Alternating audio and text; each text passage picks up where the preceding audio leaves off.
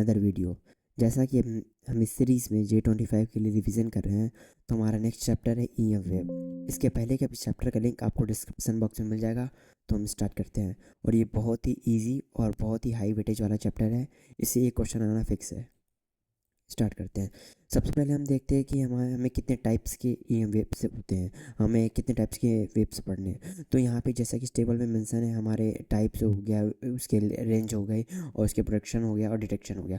इस टेबल से आप एक बार गो थ्रू जाइएगा, इससे आपको मैचिंग या थ्योरेटिकल बेस्ड क्वेश्चन बन सकते हैं। और जो हमारा वेव्स होते हैं, EM वेव्स और ट्रांसफर वेव्स होते हैं, मतलब हम इसको पोलराइज कर सकते हैं। और जो हमारा इलेक्ट्रिक और मैग्नेटिक फील्ड की डेंसिटी होती है, वो आपस में इक्वल होती है। जैसा कि यहाँ पर लिखा है, इलेक्ट्रिक फील्ड की डेंसिटी और हमारा मैग्नेटिक फील्ड की डेंसिटी दोनों आपस में इक्वल होती है। और ये फार्मूला भी आपको पता होना चाहिए, बहुत ही इंपॉर्टेंट है। अब डिस्प्लेसमेंट करंट क्या होता है? तो डिस्प्लेसमेंट करंट का कॉन्सेप्ट कैसे आया? जब हम क्या करते हैं कि किसी भी कैपेसिटर के अंदर अगर हम चार्ज को चेंज करेंगे, तो उसके अंदर इलेक्ट्रिक फील्ड भी चेंज होगा। तो इलेक्ट्रिक फील्ड के चेंज होने से उसमें एक करंट इंड्यूस होता है, जिसे हम कहते हैं डिस्प्लेसमेंट करंट। और डिस्प्लेसमेंट करंट कुछ इस फॉर्म का होता है, एप्सिलॉन नॉट d∅dt। यहाँ पे फाई ई हमारा फ्लक्स है। तो चार्ज को हम चेंज करेंगे, तो हमारा इलेक्ट्रिक फील्ड भी चेंज होगा। तो इसको हम कैसे लिख सकते हैं? हमारा जो फाई होता है, फाई बराबर ई ए, और ई को लिख सकते हैं इलेक्ट्रिक फील्ड बराबर कैपेसिटर के प्लेट के बीच होता है सिग्मा बाई एप्सिलॉन नॉट। और सिग्मा जो होता है चार्ज पर यूनिट एरिया होता है। तो charge per unit area epsilon not, और इसको हम इसमें पुट करेंगे तो हमारा जो डिस्प्लेसमेंट करंट होगा वो dq/dt आ जाएगा, मीन्स चेंज ऑफ चार्ज। तो चार्ज को चेंज करने में जो करंट प्रोड्यूस होता है, उसे हम डिस्प्लेसमेंट करंट कहते हैं। और कैपेसिटर के लिए हमारा जो जो कंडक्शन करंट होता है, जो कि इस वायर में फ्लो हो रहा है, और हमारा जो इसके अंदर कैपेसिटर के अंदर फ्लो हो रहा है डिस्प्लेसमेंट करंट, वो इक्वल होता है फॉर कैपेसिटर के केस में। और जो हमारा जो कंडक्शन करंट होता है, वो पूरा क्रॉस यूनिफॉर्म इसमें प्लेटों के बीच होता है। तो हमारा जो डिस्प्लेसमेंट करंट से हमारा जो मॉडिफाई एम्पियर लॉ होता है, वो कुछ इस प्रकार का होता है। जैसे कि हमने पहले वीडियो में देखा है, हमारा जो एम्पियर लॉ होता है, बी क्लोज लूप में B.dl बार म्यू नॉट इनक्लोज।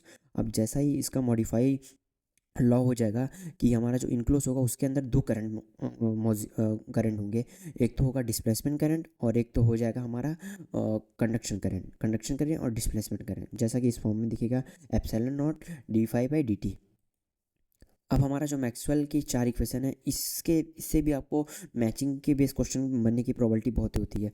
तो हमारा जो गॉस का फर्स्ट लॉ होता है, वो हमारा मैक्सवेल का फर्स्ट इक्वेशन कहलाता है। गॉस का फर्स्ट लॉ मीन्स हमारा इलेक्ट्रोस्टैटिक वाले चैप्टर पे हम जाते हैं। इलेक्ट्रोस्टैटिक वाले चैप्टर से रिलेट करके हमारा फ्लक्स दो दो प्रकार से लिखा जाता है, दो टाइप से। तो क्लोज लूप में E.da बराबर Q inside by epsilon not, ये हमारा मैक्सवेल का फर्स्ट इक्वेशन है।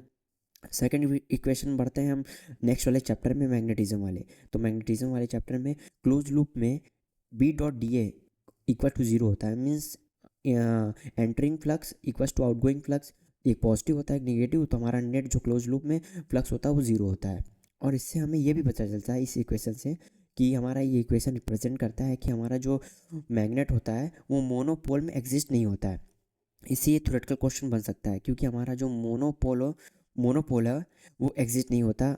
ये हमारा डाइपोल पोल एग्जिस्ट होता है, जैसे कि आपको पता ही होगा मैग्नेट। और हमारा जो थर्ड इक्वेशन है, फैराडे लॉ, जैसे कि हम नेक्स्ट चैप्टर में इसको देख रहे होंगे, हमारा EMI इलेक्ट्रोमैग्नेटिक इंडक्शन में E.dl बराबर -d∅dt, और इसे ही EMF कहते हैं।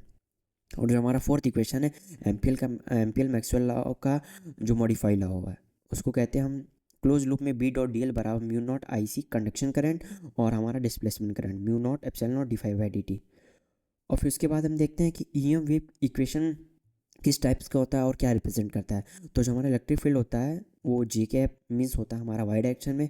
तो J कैप हमें बता रहा है कि हमारा वाई डायरेक्शन में, और जो मैग्नेटिक फील्ड होती है, वो K कैप में मीन्स हमारा बता रहा है कि Z डायरेक्शन में है।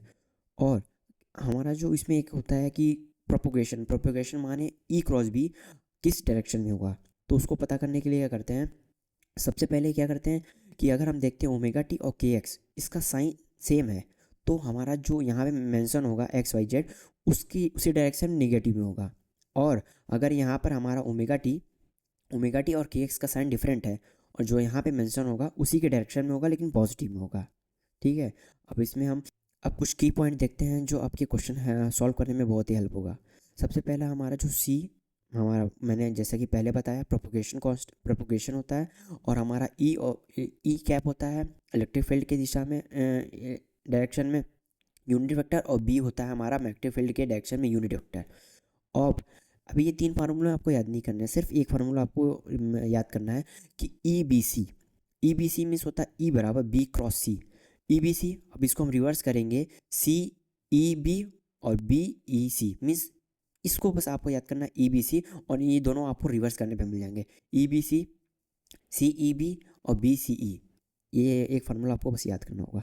अब जैसा कि मैंने इसके पहले बताया कि इलेक्ट्रिक फील्ड अगर यहाँ पे लिखा है जे आई, जो भी लिखा होगा उसी डायरेक्शन में हमारा इलेक्ट्रिक फील्ड होगा, और ओमेगा टी और के एक्स अगर साइन सेम है तो हमारा वो माइनस इस जो एक्स वाई जेड मेंशन होगा उसके डायरेक्शन में होगा। अगर दोनों का साइन डिफरेंट है तो प्लस डायरेक्शन में एक्स वाई जेड जो भी होगा वहाँ पे उसी डायरेक्शन में होगा। अब कुछ रिलेशन जो यहाँ पे दिए हैं बहुत इंपॉर्टेंट है। ई बराबर B C means C B भी कह सकते हो उसको पलट के, बस ई बराबर बी सी आपको याद करना है, यहाँ भी हेल्प होगी और यहाँ पे भी। अब जो इंटेंसिटी होती है, इंटेंसिटी जो इलेक्ट्रिक फील्ड और मैग्नेटिक फील्ड दोनों के कारण जो प्रोड्यूस होती है वो होती है half epsilon naught C E naught का होल स्क्वायर। और अगर आपको इलेक्ट्रिक फील्ड या मैग्नेटिक फील्ड की वजह से सिर्फ चाहिए होगी इंटेंसिटी, तो हम उसका हाफ कर देंगे, तो हाफ हो जाएगा half epsilon naught E C E R M S का होल स्क्वायर।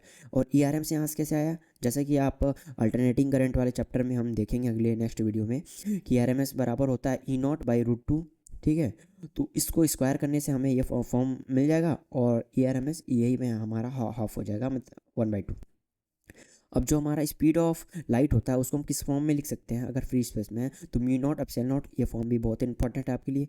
और अगर कोई मीडियम में वहाँ पे प्रेजेंट है तो हमारा म्यू आर और एप्सिलॉन आर भी वहाँ पे हो जाएगा, और म्यू नॉट एप्सिलॉन नॉट को यहाँ से सी लिख देंगे, सी हो जाएगा। तो ये भी फार्मूला आपके लिए बहुत इंपॉर्टेंट है, इस पर भी क्वेश्चन जे में बहुत आ चुके हैं।